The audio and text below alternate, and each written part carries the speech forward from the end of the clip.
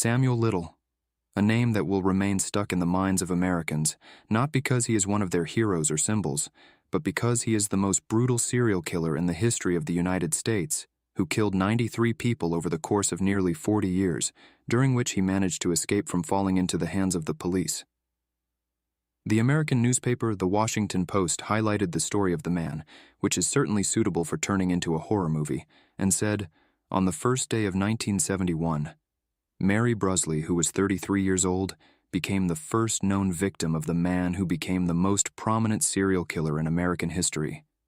And over the course of more than 700 hours of recorded interviews, with police beginning in May 2018, Little, now 80, admitted to killing 93 people, almost all of them women, in a series of killings spread across 19 states and over more than 30 years. The newspaper says that Little is an artist gifted with an accurate and disturbing memory. He provided realistic drawings of dozens of his victims and provided the police with accurate details about the murders he committed, which were always committed by strangulation. And across America, the police spent more than 2 years using this information to reopen investigations into the case and try to provide results for the families who had waited decades to find out what happened to the mother who disappeared and the sister whose suspicious death was not explained. Angela Williamson, a Justice Department official who worked on the case, said that if Little had not confessed, none of these cases would have been solved, noting that federal investigators believe his confessions are 100% reliable. So far, officials say they have identified more than 50 victims, while other cases remain pending, whether because police have been unable to find a killing consistent with the circumstances described by Little, or because the victim was not reported missing. The FBI appealed to the public for assistance, but refused to reveal Little's case file, saying that each case is investigated by local authorities. To fill the gaps, The Washington Post obtained and analyzed thousands of pages of law enforcement and court records, including a complete criminal history collected. In the early 2000s, she interviewed dozens of police, prosecutors, defense attorneys, and relatives of serial killer victims. The newspaper concluded with a picture of a fragmented and indifferent criminal justice system that allowed a man to kill without fear of retaliation, whether by deliberate targeting. They were not on the margins of society, whether drug users, sex workers, or runaways, whose deaths went unnoticed or sparked little outrage, and in many cases, the authorities failed to identify them as murder victims, or conducted only cursory investigations. According to officials, police reports, and the serial killer's confession, most of the victims were black. At least 3 were Hispanic, and 1 was Native American. Several were mentally disabled, and at least 1 was a transgender woman. Little spoke about his victims in the investigation, saying, "I would return to the same city and pick another grape for myself. How many grapes did I get from the vine here?" He bragged that he avoided people whose loss would be noticed immediately and said, "I will not go to the white quarter and choose a girl." Young teenager. The Washington Post says that this strategy, along with tactics that left little physical evidence, was highly effective, and police officials acknowledge that the vast majority of the murders attributed to Little would not have been solved without his voluntary confession. The early life of Samuel Little. Samuel Little was born on June 7, 1940. He was raised mostly by his grandmother in Ohio. He claims that his mother was a teenage prostitute and that she abandoned him. Authorities believe that Little's mother gave birth to him while she was in prison, and it did not take long for him to commit his first crime.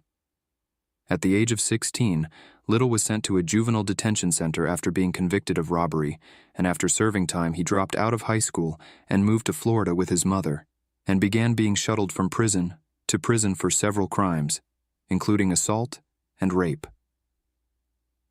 Little told the Texas Ranger in his 2018 confession that he had fantasized about killing women since he was young. He was always focused on women's necks. He even hung a picture of a woman who had been strangled to death on his wall, and when he got married or had girlfriends, he said he tried to avoid looking at their necks. Not much is known about his life other than the fact that he was in and out of prison frequently. By the time he was 35, he'd been arrested 26 times, had served at least 3 years in prison for 1 sentence after breaking into a furniture store, and reports say Little had a habit of stealing drug and alcohol money. His supposed first murder occurred in 1970, and he confessed to as many as 93 murders over more than 30 years. But due to the lag between the actual murder and the confessions, not all of these murders were identified and confirmed. Victims. Mary Jo Brusley. The first alleged victim, Mary Jo Brusley, began a pattern that Little would follow throughout his life. Brusley was an alcoholic who was estranged from her family.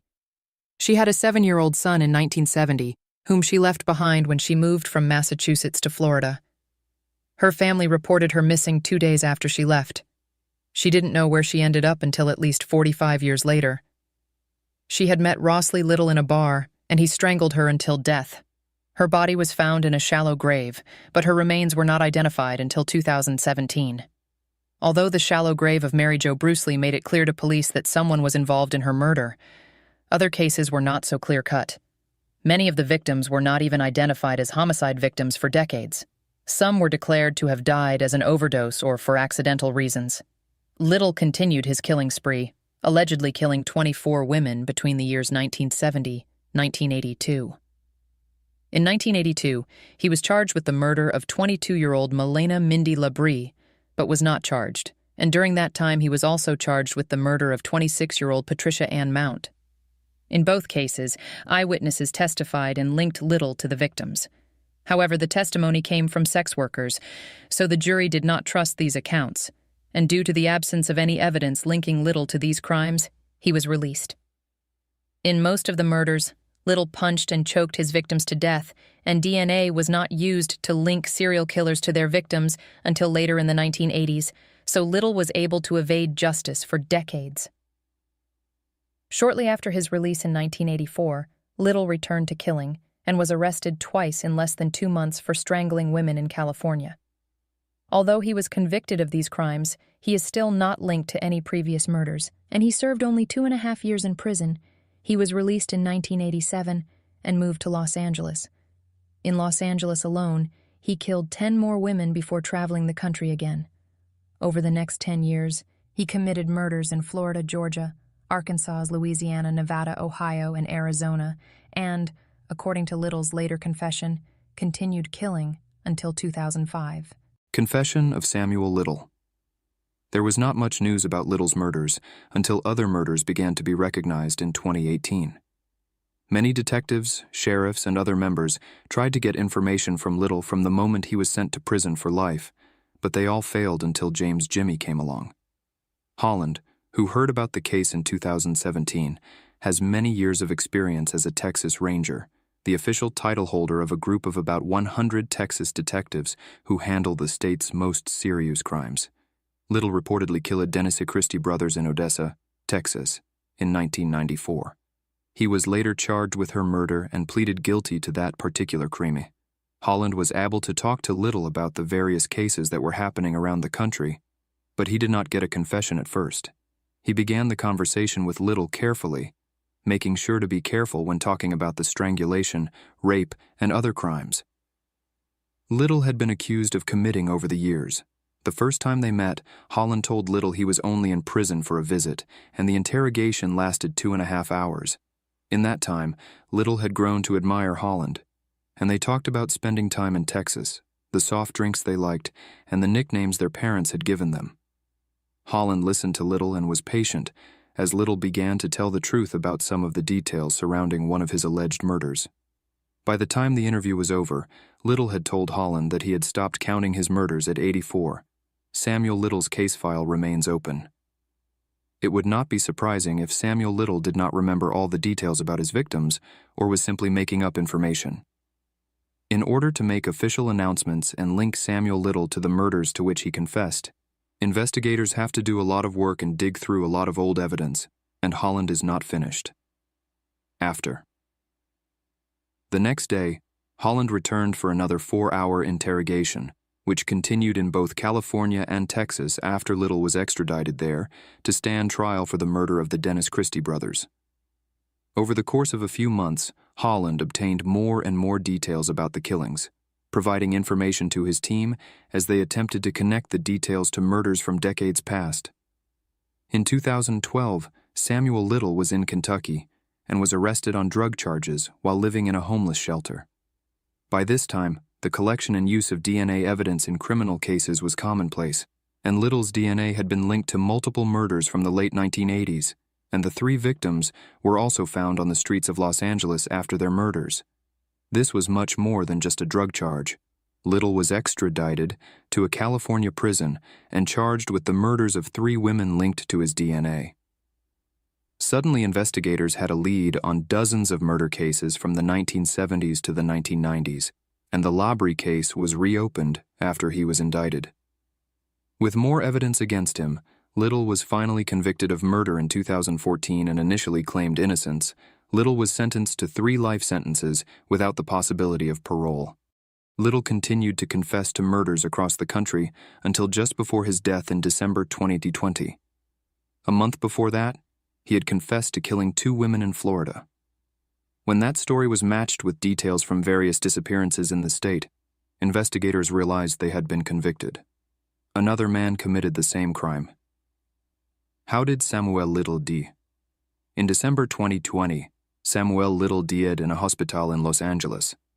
The exact cause of death was not determined, although foul play was not suspected. Rather, Little had suffered from diabetes for a long time and had heart problems, and he was 80 years old. In a strange twist of fate, if Little had died a day later, he would have died 50 years after his first crime. To this day, the FBI is still working to connect Samuel Little's confessions to various killings across the United States. Oddly enough, people don't know the story of Samuel Little as well as they know characters like some serial killers. This may be because Little's confessions came too late, and Little's victims did not gain as much media attention or make national news as other serial killer victims. This may be because the class of people he chose. While Holmes's story addresses the dark page of criminal history, it also highlights the urgent need to strengthen justice and social monitoring systems. The community must learn from Holmes and others like him and come together to promote public awareness and safety. The hotel that Holmes built is a symbol of the danger that may lurk in the shadows and invites us to consider how our safety and understanding of others can be enhanced. This horrific incident reflects the importance of security measures and effective investigation to meet the challenges of evolving crime. Ultimately, the focus should be on enhancing social awareness and developing effective justice systems to achieve a safe society. The story of Holmes, and that of other serial killers, holds lessons we can learn to make progress in fighting crime and ensuring community safety.